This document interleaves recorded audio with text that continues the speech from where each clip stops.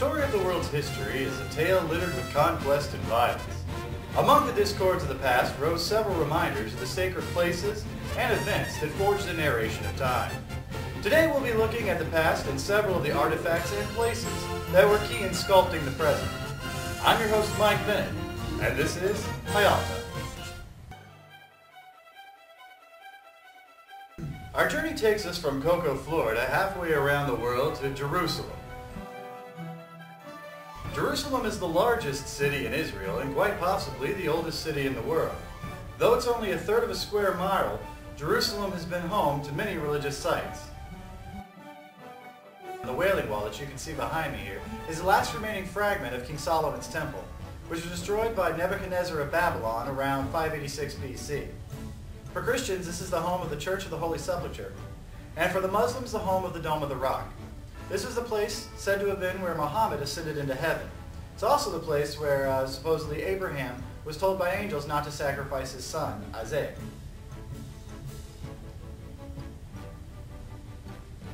Just up the road a little, we find ourselves in Constantinople, now Istanbul, the center of the Byzantine Empire.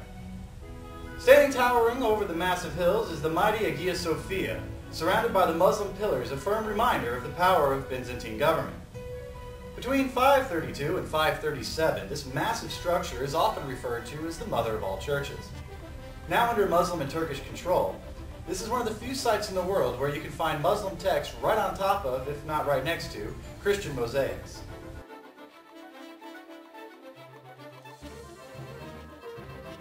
Following the basilica floor plan, this building sports an area of 56,600 feet, making it only slightly smaller than the Parthenon in Greece.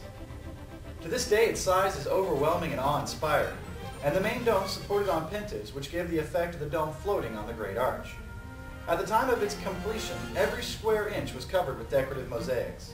This floor plan became the prefab design for most of the churches that would follow this time. However, very few managed to sufficiently copy its use of light. All of this was designed and built by Metellus and Amartheus of Tellus, who were professors of the geometry at the University of Constantinople. However, history dictates credit to Emperor Justinian. Justinian and his court. Emperor Justinian is often referred to as the last Roman. Born in November 482 in Terlusium province of Denaria, was the second emperor of the Justinian dynasty, after his uncle Justin I. Justinian is credited with rewriting the Roman law, or the Corpus Julius Civilis, which is still used in many civil courts in the modern states today. He also is credited with building the Hagia Sophia and creating Christianity as a main religion. He also moved the Sabbath to a Sunday at the Council of Nicaea in 325, as well as laying the foundation for Christian dogma. During an uprising, Justinian was preparing to flee, however his wife stopped him, with the statement that purple is nicer color to be buried in than yellow. Theodora was born a courtesan and caught up young Justinian's eye and rose to power. You can tell because she's looking right at you. Though she died of cancer, she was buried in purple. Mosaics can be found at the Church of San Vitale in Ravenna. The church is based on the basilica floor plan around 400 AD. And Julius Agrarius, who may have been a banker or believed to have financed construction of the San Vitale, with help and blessing, of course, from the Emperor Justinian.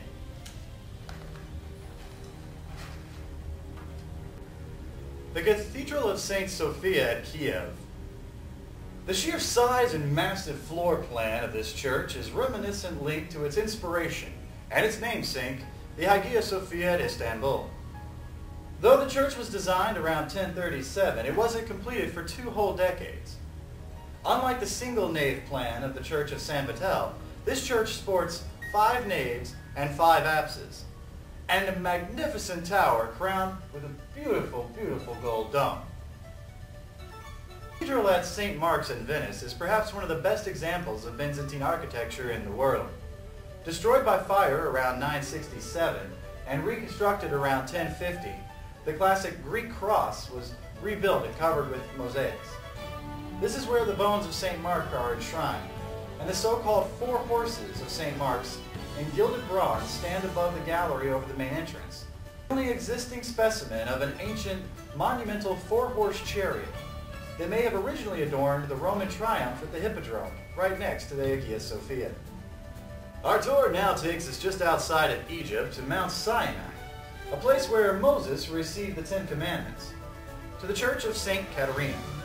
The story of Catherine of Alexandria is found in the Golden Legend. She was supposed to have been a Christian convert of noble birth, who in a vision was married to the infant Christ. The Roman Emperor Maxinius sent 50 philosophers to persuade her to abandon her faith. However, she argumented and actually converted them to Christianity.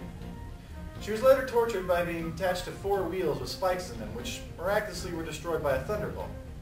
Eventually, though, she was beheaded, and supposedly her body was carried to the top of here at Mount Sinai. Her monastery began in the 9th century on Mount Sinai, where her body was supposed to have been transported by angels. Here is also the place where you find the icon of the Virgin and the Child and the Saint and angels. Another icon of the time is the 3 angels visiting Abraham, supposedly at the place of the Dome of the Rock.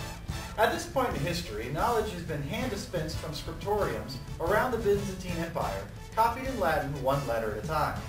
It was discovered that perhaps a picture can say 1,000 words, and it was a lot more fun to copy. The Eucharic Psalter, created around 820 in Reims, is the best picture Bible, and was a classic example of the craftsmanship of the time, adorned with precious stones and elaborate depictions of the stories within it. The jeweled cover held an intricate benzine harnessing the stones of ornate dramatic patterns and gold metalworking. The Ludi cover depicts Christ seemingly floating on an eternal sea of unparalleled wealth.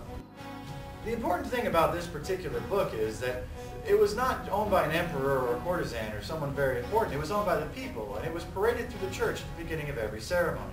You can almost imagine the awe it would strike upon someone who saw it. The Evo Gospel was another sort of picture book in which the illustrated stories of Christ and his disciples were depicted.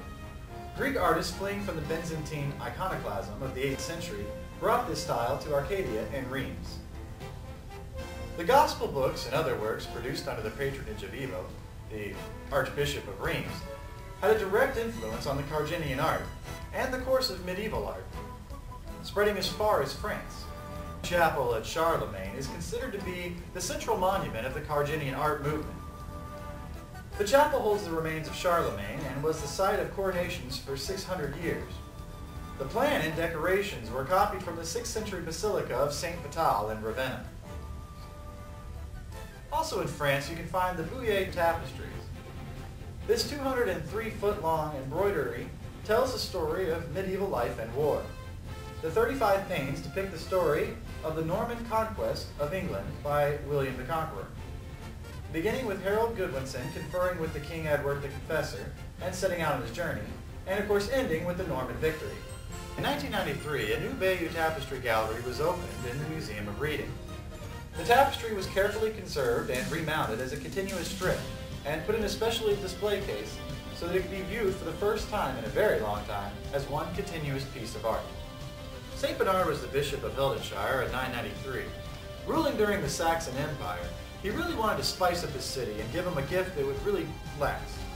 The most famous examples of his ambitions were the Bernard doors at the Hildesheim Cathedral. These massive wooden doors were covered in bronze, in a replica of the San Sabina in Rome.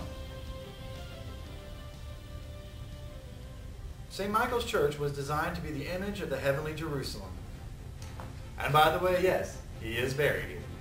History is littered with interesting places and incredible people.